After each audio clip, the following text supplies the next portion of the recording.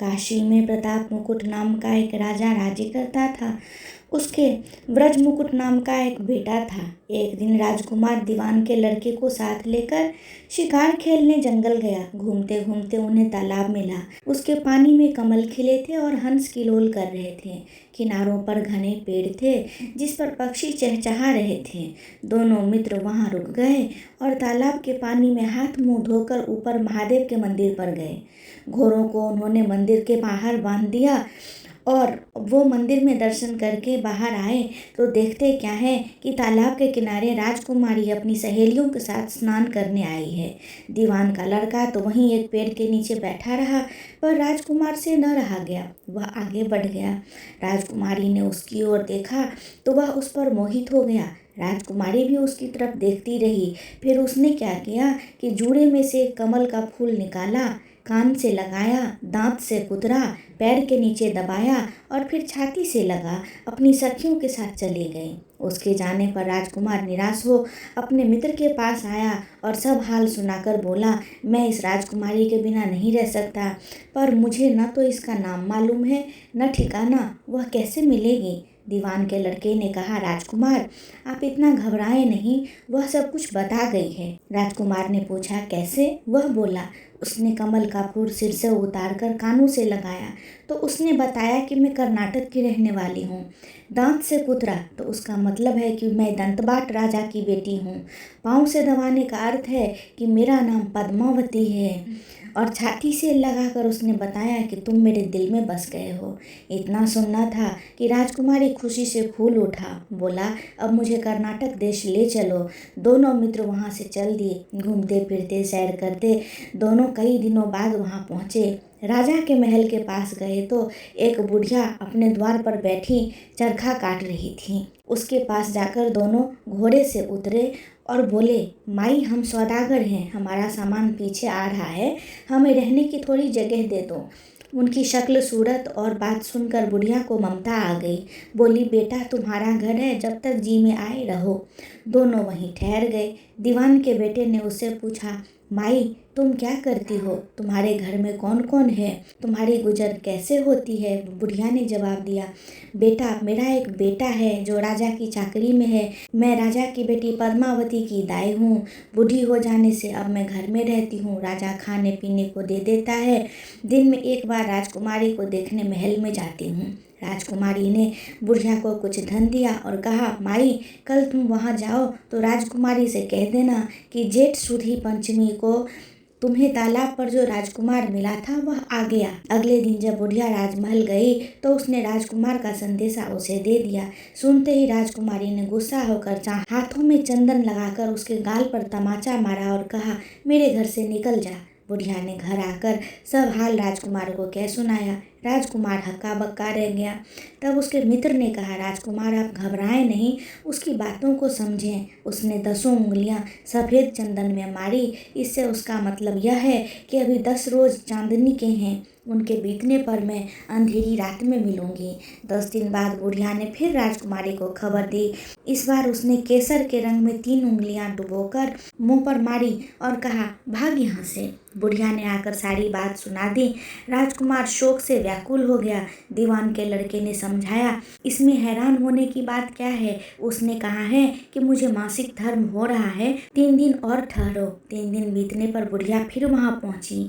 इस बार राजकुमारी ने उसे फटकार कर पश्चिम की खिड़की से बाहर निकाल दिया। उसने आकर राजकुमार को बता दिया। सुनकर दीवान का लड़का बोला, मित्र उसने आज रात को तुम्हें उस खिड़की की राह बुलाया है। मारे खुशी के राजकुमार उछल पड़ा। समय आने पर उसने बुढ़िया की पोशाक पहनी, इत्र लगाया, हथियार बांधे।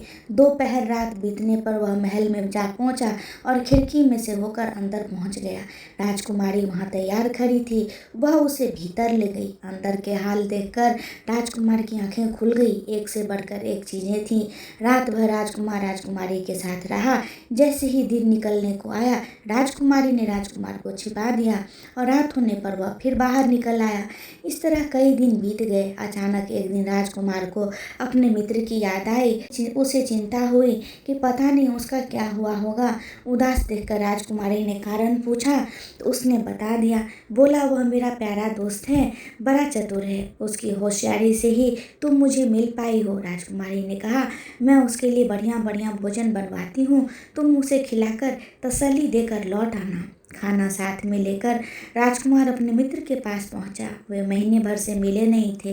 राजकुमार ने मिलने पर सारा हाल सुनाकर कहा कि राजकुमारी को मैंने तुम्हारी चतुराई की सारी बातें बता दी, तभी तो उसने यह भोजन बनाकर भेजा है।